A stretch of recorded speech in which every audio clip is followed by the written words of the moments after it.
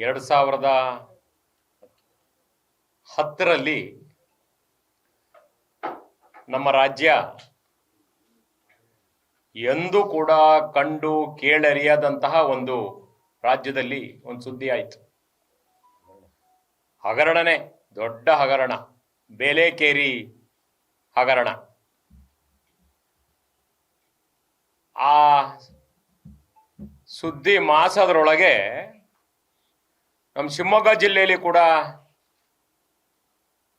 ಅದೇ ತರದ ಒಂದು ದೊಡ್ಡ ಹಗರಣ ಆಗುತ್ತಾ, ಅದಕ್ಕೆ ನಮ್ಮ ಜಿಲ್ಲೆಯ ಅಧಿಕಾರಿಗಳು,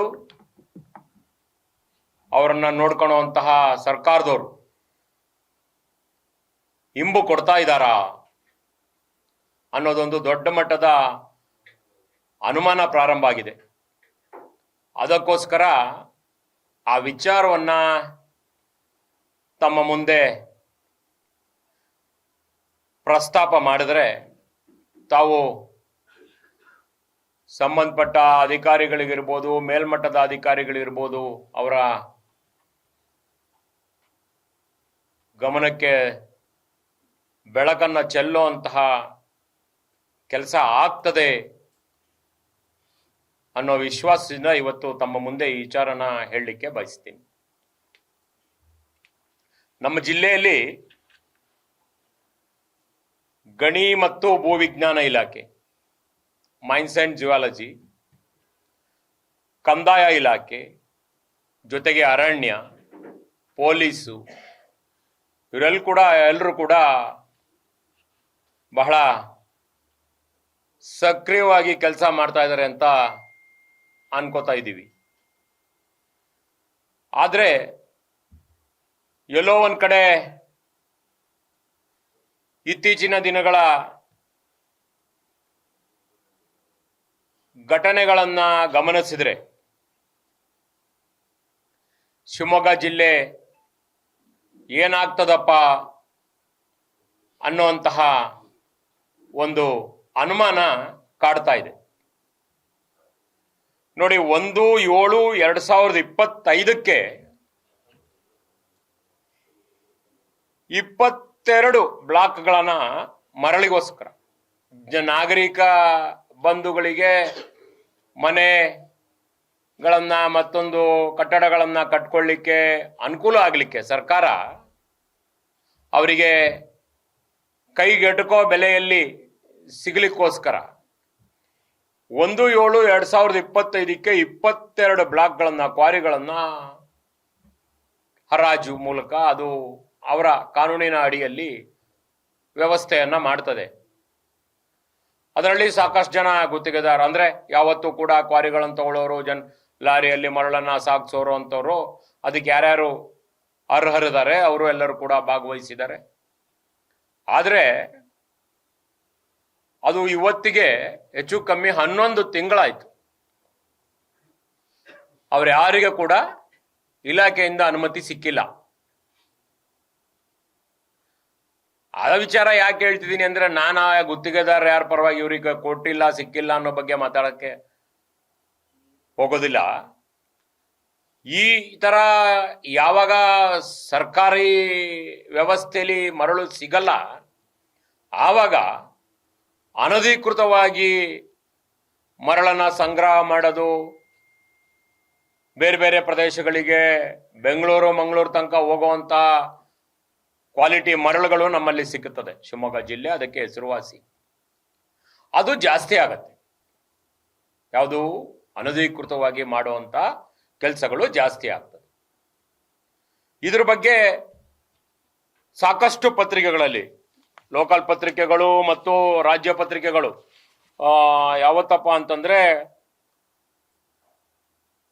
16 ಮಾರ್ಚ್ 2026 ಎಲ್ಲ ಎಚ್ಚರಿಕೆ, ಶಿವಮೊಗ್ಗ ಟೈಮ್ಸು, ಶಿವಮೊಗ್ಗ ಸಿಂಹ ಮತ್ತು ಅನೇಕ ಪತ್ರಿಕೆಗಳಲ್ಲಿ, ನನಗೆ 3 ಸಿಕ್ಕಿದೆ, ಅನೇಕ ಪತ್ರಿಕೆಗಳಲ್ಲಿ ಮರಳು ಬ್ಲಾಕ್ಗಳ ಹರಾಜು ಪ್ರಕ್ರಿಯೆ 8 ತಿಂಗಳು, ಅಂದ್ರೆ ಇವರು ಬರ್ದಿರೋದೇ ಈಗ 11 ಅಂದ್ರೆ 4 ತಿಂಗಳ ಹಿಂದೆ ಕಳೆದರೂ ಸಿಗದ ಅನುಮತಿ, ಜಿಲ್ಲೆಯಲ್ಲಿ ಮರಳು ಮಾಫಿಯಾ, ಕಾಳಸಂತೆ ದಂಧೆ ಸಚಿವರೇ ಕ್ರಮ ಕೈಗೊಳ್ಳಿ ಅಂತ ಸಚಿವರ ಗಮನಕ್ಕೆ ಅವತ್ತು ಸೆಳೆದಿದ್ದಾರೆ. ಎಲ್ಲ ಪತ್ರಿಕಾ ಮಿತ್ರರ ಮಾಡಿರೋಂಥ ಸುದ್ದಿ, ಇದು ಯಾವುದು ಪ್ರೆಸ್ ಮೀಟ್ ಮಾಡಿರೋದಲ್ಲ. ನಾನು ನೋಡಿದೆ, ಯಾರ ಪ್ರೆಸ್ ಮೀಟ್ ಮಾಡಿರೋದ ಅಲ್ಲ. ಇದು ನಾಗರಿಕರ ಕೂಗನ್ನ ಪತ್ರಿಕೆ ಮುಖಾಂತರ ತಿಳಿಸಿದ್ದಾರೆ, ಗಮನಕ್ಕೆ ತಂದಿದ್ದಾರೆ. ಇದಾದ್ರೂ ಕೂಡ ಯಾವುದೇ ತರದ ಪ್ರಕ್ರಿಯೆ ನಡೀಲಿಲ್ಲ. ಕಾನೂನು ಪ್ರಕಾರ ಮಾಡುವಂಥದ್ದು. ಆದ್ರೆ ಎಗ್ಗಿಲ್ಲದೆ ಮರಳು ಮಾತ್ರ ಸಾಗಾಟ ಆಗ್ತಾ ಇದೆ. ಸರ್ಕಾರಕ್ಕೆ ಮಾತ್ರ ಯಾವುದೇ ತರದ ಹಣ ಕೂಡ ಸಂದಾಯ ಆಗ್ತಾ ಇಲ್ಲ. ಕೋಟಿ ಕೋಟಿ ಗಟ್ಟಲೆ ಸರ್ಕಾರಕ್ಕೆ ಪಂಗನಾಮ ಹಾಕಿದ್ದಾರೆ. ಗೋವಿಂದ ಅಂಡ್ ಕಂಪನಿ ಅಂತಲ್ಲ, ಯಾರೋ ಅವರ ಹೆಸರು ಚೆನ್ನಾಗಿ ಹೇಳ್ತಾರಲ್ಲಿ, ಮೈನ್ಸ್ ಅಂಡ್ ಜುವಾಲಜಿ ಆಫೀಸರ್ ಒಬ್ಬರಿಗೆ. ಅವ್ರು ಬಂದ್ರೆ ಸಾಕು, ಅಲ್ಲಿ ಹೊರಗಡೆ ಇರೋರು ಆಫೀಸ್ನಲ್ಲೇ ಕೆಲವರು ಗೋವಿಂದ ಅಂಡ್ ಕಂಪನಿ ಬಂತು ಅಂತ, ಗೋವಿಂದ ಅಂಡ್ ಗೋವಿಂದ ಕಂಪನಿ ಅಂತ ಅವ್ರಿಗೆ ಹೆಸರಿಟ್ಟಿದಾರಲ್ಲಿ. ಇದು ಜನ ಅಲ್ಲ, ಜನಕ್ಕೆ ಗೊತ್ತಿಲ್ಲ, ಸಾಮಾನ್ಯ ಜನಕ್ಕೆ. ಈ ವ್ಯವಹಾರ ಮಾಡೋರು ಮತ್ತು ಅಲ್ಲಿ ಅಧಿಕಾರಿಗಳೇ, ಕೆಳಮಟ್ಟದ ಅಧಿಕಾರಿಗಳು. ಒಬ್ಬ ಆಫೀಸರ್ ಬಂದ ಅಂದ್ರೆ ಬಂದ್ರು ಗೋವಿಂದ ಅಂಡ್ ಗೋವಿಂದ ಕಂಪನಿ. ಅಷ್ಟು 2-3 ವರ್ಷದಲ್ಲಿ ಅವರು ಬಂದು ಜಿಲ್ಲೆಯಲ್ಲಿ ಒಳ್ಳೆ ಪ್ರಖ್ಯಾತಿಯನ್ನ ಪಡೆದಿದ್ದಾರೆ. ಇವರು ಬಹಳ ಸ್ಟ್ರಿಕ್ಟ್ ಆಫೀಸರ್. ಯಾರಿಗೆ? ಕಾನೂನು ಪ್ರಕಾರ ನಡ್ಕೊಳ್ಳೋರಿಗೆ ಇವರು ಬಹಳ ಸ್ಟ್ರಿಕ್ಟ್. ಇವ್ರಿಗೆ ಯಾರಪ್ಪ ಬಹಳ ಖುಷಿ ಇಷ್ಟ ಅಂತಂದ್ರೆ, ಅನಧಿಕೃತವಾಗಿ ಯಾರ್ಯಾರು ಮರಳು ಹೊಡಿತಾರೆ ಅವರೆಲ್ಲರ ಆತ್ಮೀಯ ಸ್ನೇಹಿತರು ಇವರು. ಸರ್, ಆ ಟೆಂಡರ್ಗಳಾಗಿದೆಯಲ್ಲ ಅದು ಮಾಡ್ಕೊಡ್ರಿ ಅಂತಂದ್ರೆ, ನಿನಗೇನ್ ಬೇರೆ ಬುದ್ಧಿ ಇಲ್ವಾ? ಅವ್ರಿಗೆ ಕೊಡು, ಇವ್ರಿಗೆ ಕೊಡು, ಅವ್ರಿಗೆ ಇಷ್ಟು ಕೊಡು, ಇವ್ರಿಗೆ ಇಷ್ಟು ಕೊಡು, ಮಾಡ್ಕೊಂಡೋಗು. ಒಂದೊಂದು ಕೋರೆಗೆ 10-12 ಲಕ್ಷದ ಮೇಲೆ ತಿಂಗಳ ಆದಾಯ ಅವ್ರಿಗೆ. ಇಂಥ ಒಂದು ಸಂದರ್ಭದಲ್ಲಿ ರಾಜ್ಯ ಲೋಕಾಯುಕ್ತ ಆಫೀಸರ್ ನೋಡಿ, ಇದು ಅವ್ರ ಗಮನಕ್ಕೆ ಹೋಗ್ತದೆ. ಲೋಕಾಯುಕ್ತರೇ ಒಂದು ತಂಡವನ್ನ ರಚನೆ ಮಾಡಿ, ಇಲ್ಲಿಯ ಮೈನ್ಸ್ ಅಂಡ್ ಜುವಾಲಜಿಗಿರ್ಬೋದು, ಇಲ್ಲಿಯ ಪೊಲೀಸಿಗಿರ್ಬೋದು, ಇಲ್ಲಿ ರೆವಿನ್ಯೂ ಆಫೀಸರ್ಸಿಗಿರ್ಬೋದು, ಯಾರ ಗಮನಕ್ಕೆ ಬಾರ್ದಂಗೆ ಅವರೇ ಒಂದು ದೊಡ್ಡ ಟೀಮ್ ಮಾಡ್ಕೊಂಡು ಬರ್ತಾರೆ. ಎಲ್ಲಿಗೆ? ಶಿವಮೊಗ್ಗ ಜಿಲ್ಲೆಗೆ. ಶಿವಮೊಗ್ಗ ಜಿಲ್ಲೆಗೆ ಬಂದು ಅವರು ಒಂದು ದೊಡ್ಡ ಮಟ್ಟದ ರೈಡ್ ಮಾಡ್ತಾರೆ. ರೈಡ್ ಮಾಡಿದಾಗ ಅವ್ರು ಇನ್ನೂ ಪೂರ್ತಿ ಕಡೆ ಹೋಗೇ ಇಲ್ಲ. ಇನ್ನೂ ಎಷ್ಟು ಕಡೆ ಹೋಗಕ್ಕಿದೆ ಅಂತೇಳಿ ನನ್ನ ಹತ್ರ ದಾಖಲೆ ಇದೆ. ಇನ್ನೂ ಕೂಡ ಅದು ಅಲ್ಲೇ ಇದಾವೆ ಮರಳುಗಳು. ಅವರು ರೈಡ್ ಮಾಡಿದಾಗ 37,000 ಮೆಟ್ರಿಕ್ ಟನ್ ಮರಳು ಅಂತೇಳಿ ಪತ್ರಿಕೆಗಳೆಲ್ಲ ಅವರು ಸ್ಟೇಟ್ಮೆಂಟ್ ಕೊಟ್ಟಿದ್ದಾರೆ. ಯಾರು? ಲೋಕಾಯುಕ್ತದವರು. 37,000 ಮೆಟ್ರಿಕ್ ಟನ್ ಅಂದ್ರೆ ಅದು ನಮಗ ಆ ಭಾಷೆ ಅರ್ಥ ಆಗಲಿಲ್ಲ ಅಂದ್ರೆ, ಅವರು 3,800ರಿಂದ 4,000 ಲೋಡು ಮರಳು, ಲಾರಿ ಲೋಡು ಅಂದ್ರೆ 8ರಿಂದ 8.25 ಕೋಟಿ. ಅದು ಇವತ್ತಿನ ಬೆಲೆ. ಈಗಾಗಲೇ ಮಾನ್ಸೂನ್ ಬಂತು ಅಂದ್ರು, ಇನ್ನೊಂದು ವಾರ 15 ದಿನ ಹೋದ್ರೆ ಒಂದೊಂದು ಲೋಡಿಗೆ 30,000 ಆಗ್ತದೆ. ಅಲ್ಲಿಗೆ ಅದು 12 ಕೋಟಿಗೆ ಮುಟ್ಟುತ್ತೆ. ಆ ಮರಳನ್ನ ನಾವು ಹಿಡಿದಿದ್ದೀವಿ, ಸೀಸ್ ಮಾಡಿದ್ದೀವಿ ಅಂತ ನಿಜವಾಗ್ಲೂ ಅವರಿಗೆ ನಾವು ಧನ್ಯವಾದ ಹೇಳಬೇಕು. ಇದ್ಯಾರೋ ಭ್ರಷ್ಟರ ಪಾಲಾಗ್ತಿದ್ದ ಮರಳನ್ನ ಅವರು ಹಿಡಿದ್ರು. ಆದ್ರೆ ಈಗೇನಾಗ್ತಿದೆ, ಇದಿಷ್ಟು ನಾನು ಹೇಳಿದ ಇತಿಹಾಸ. ಇದನ್ನೆಲ್ಲ ನಿಮಗೆ ಗೊತ್ತಿರೋದೇ. ಇದೇನು ಹೊಸದೇನು ಹೇಳ್ತಾ ಇದ್ದೀರಾ ಅನ್ಬೋದು ನೀವು. ಆದ್ರೆ ಮುಂದಿಂದು ಈಗ ಏನಾಗ್ಬೇಕಿದು? ಈ ಇಷ್ಟೂ ಮರಳು ಏನ್ ಬೇಲೆಕೇರಿ ಹಗರಣ ಆಯ್ತಲ್ಲ, ಹಂಗೆ ಖಾಲಿ ಆಗಕ್ ಶುರುವಾಗಿದ್ಯಾ? ಆ ಅನುಮಾನ ಬರ್ತಾ ಇದೆ. ಈಗಾಗಲೇ ನನಗಿರೋ ಮಾಹಿತಿ ಪ್ರಕಾರ ಅಲ್ಲಿ ಯಾರು ಕಾಯೋರ್ತಾ ಇಲ್ಲ, ನೋಡ್ಕೊಂತಾ ಇಲ್ಲ. ಪೊಲೀಸ್ ಇಲಾಖೆ ಕೇಳಿದ್ರೆ ನಮ್ಗೇನು ಹೇಳಿಲ್ಲ ಅಂತಾರೆ. Mines and zoology department Govinda and Govinda company ಕೇಳಿದ್ರೆ ನಮ್ಗೇನು ಗೊತ್ತಿಲ್ಲ, ಅದು ಲೋಕಾಯುಕ್ತದವರು ಅಂತಾರೆ. ಇಲ್ಲಿ ನಾನು ಲೋಕಾಯುಕ್ತ ಆಫೀಸರಿಗೂ ಮಾತಾಡಿದೆ. ಅವರು ಇಲ್ಲ ಸರ್, ನಾವು ನಮ್ಮ ಲೋಕಾಯುಕ್ತದವರು ಮಾಡಿದ್ದಾರೆ, ಅವ್ರು ಏನು ಹೇಳ್ತಾರೆ ಅದನ್ನ ಫಾಲೋ ಮಾಡ್ತೀವಿ ಅಂತಾರೆ. ಹಾಗಾದ್ರೆ ಇದನ್ನ ನೋಡ್ಕೊಂತಾ ಇರೋರು ಯಾರು? ಯಾರ್ಯಾರು ಕಳ್ಕೊಂಡ್ಯಾರ ಅವ್ರವ್ರೇ ನೋಡ್ಕೊತಾ ಇದಾರೋ ಏನೋ? ದೊಡ್ಡ ಮಟ್ಟದ ಹಗರಣ ಆಗಕ್ಕೆ ನಾಂದಿ ಆಗ್ತಾ ಇದೆ. ಈಗಾಗಲೇ ಗೋವಿಂದ ಅಂಡ್ ಗೋವಿಂದ ಕಂಪ್ನಿ ಈಗಾಗಲೇ ಹೇಳ್ತಾ ಇದೆಯಂತೆ, ಇದು ಸರ್ಕಾರಿ ಕೆಲ್ಸಕ್ಕೆ ಬೇಕು ಅಂತೇಳಿ ನಾನು ಎಲ್ಲ ನನ್ನ ಕಬ್ಜಾಕ್ ತಗೊಳ್ತೀನಿ, ನಿಮ್ಗೆಲ್ಲ ಹಂಚ್ತೀನಿ ಹೋಗ್ರಿ ಅಂತ. ಇದು ಕೂಡ ನಡೀತಿದೆ. ಅವನಿಗೆ ಅವ್ರು ಹಿಡಿಲಿಲ್ಲ, ರೈಡ್ ಮಾಡಲಿಲ್ಲ. ನಿಜ ಹೇಳ್ಬೇಕಂದ್ರೆ ಲೋಕಾಯುಕ್ತವ್ರು ಹಿಡಿದ ತಕ್ಷಣ ಮೊದಲು ಆ ಇಲ್ಲಿಯ ಇಲಾಖೆಯ ಅಧಿಕಾರಿಗೆ, ಯಾರಿಗೆ, ಈ ಗೋವಿಂದ ಅಂಡ್ ಗೋವಿಂದ ಕಂಪ್ನಿ ಟೀಮನ್ನ ಸಸ್ಪೆಂಡ್ ಮಾಡ್ಬೇಕಾಯ್ತು ತಕ್ಷಣ. ಅವ್ರು ಮಾಡದೇ ಇರೋ ಕೆಲಸ ಬಂದು ಇವ್ರು ಮಾಡಿರೋದು. ಯಾಕಂದ್ರೆ ಅವ್ರು ಮೂಗಿನ ನೇರದಲ್ಲೇ ನಡೀತಾ ಇರೋಂಥ ಅವ್ಯವಹಾರ ಇದು. ಇವ್ರು ಹಿಡಿಬೇಕಾಗಿತ್ತು, ಇವ್ರಿಗೆ ಹಿಡಿಯಕ್ಕೆ ಸರ್ಕಾರ ಕೂರ್ಸಿದೆ, ಆದ್ರೆ ಇವ್ರು ಹಿಡ್ದಿಲ್ಲ. ಹಿಡ್ದಿರೋದು ಯಾರು? ರಾಜ್ಯ ತಂಡ ಬಂದು ಹಿಡ್ದಿದೆ. ಹಾಗಾದ್ರೆ ಇಲ್ಲಿ ಫೇಲ್ ಆಗಿದೆಯಾ? ಇವ್ರಿಗೇನು ಮಾಡಲಿಲ್ಲ ಇನ್ನು. ಇವ್ರಿಗೆ ಅದನ್ನು ಕೂಡ ಉಪಯೋಗಿಸಕ್ಕೆ ಹೊಂಟಿರುವಂತಹ ಎಲ್ಲ ಲಕ್ಷಣಗಳು ಕಾಣ್ತಾ ಇದೆ. ಹೆಸರು ಹೇಳೋದೇನಪ್ಪಾ ಅಂತಂದ್ರೆ ಸರ್ಕಾರಿ ಕೆಲ್ಸಕ್ಕೆ ಬೇಕು ಅನ್ನೋವಂಥ ವಿಚಾರವನ್ನ ಹೇಳ್ಕೊಂಡು ಖಾಲಿ ಮಾಡ್ಲಿಕ್ಕೆ ಹೊರಡುವಂತಹ ಹುನ್ನಾರ ಸಂಪೂರ್ಣ ಇಲ್ಲಿ ನಡೀತಾ ಇದೆ.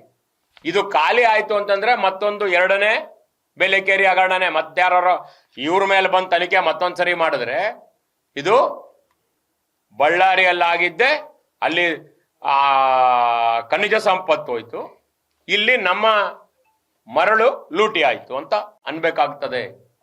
ಇದಕ್ಕೆ ಅದಕ್ಕೆ ಈಗ ಹೊಸದಾಗಿ ಬಂದಿದ್ದಾರೆ ಜಿಲ್ಲಾ ಅಧಿಕಾರಿಗಳು, ಇವರು ಕೂಡ ಜವಾಬ್ದಾರರು. ಇದಕ್ಕೆ ಟಾಸ್ಕ್ ಫೋರ್ಸ್ನ ಕಮಿಟಿ ಇವ್ರ ಅಧ್ಯಕ್ಷರೇ ಇರ್ಬೋದು ಜಿಲ್ಲಾಧಿಕಾರಿಗಳು.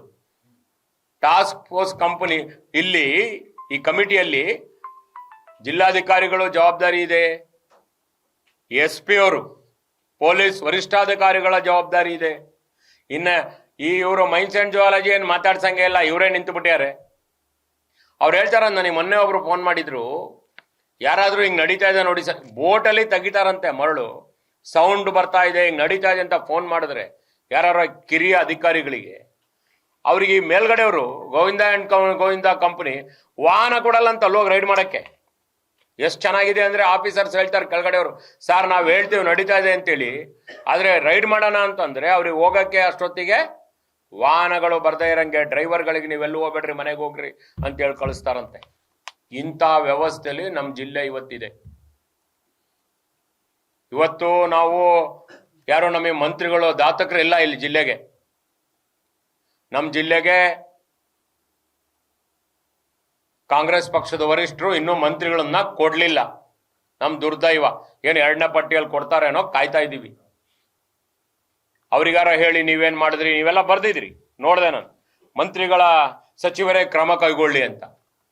ಅವರು ಕೈಗೊಂಡಿದ್ರೋ ಏನೋ, ಅವ್ರದ್ದು ಹೋಗ್ಬಿಡ್ತು ಅಧಿಕಾರ ಇದೆ, ಇಲ್ಲ ಮತ್ತೆ ಬಂದವ್ರ ಕ್ರಮ ಕೈಗೊಳ್ಳೋ ತನಕ ಇಲ್ಲಿ ಖಾಲಿ ಆಗೋಗಿರ್ತದೆ ಇದು.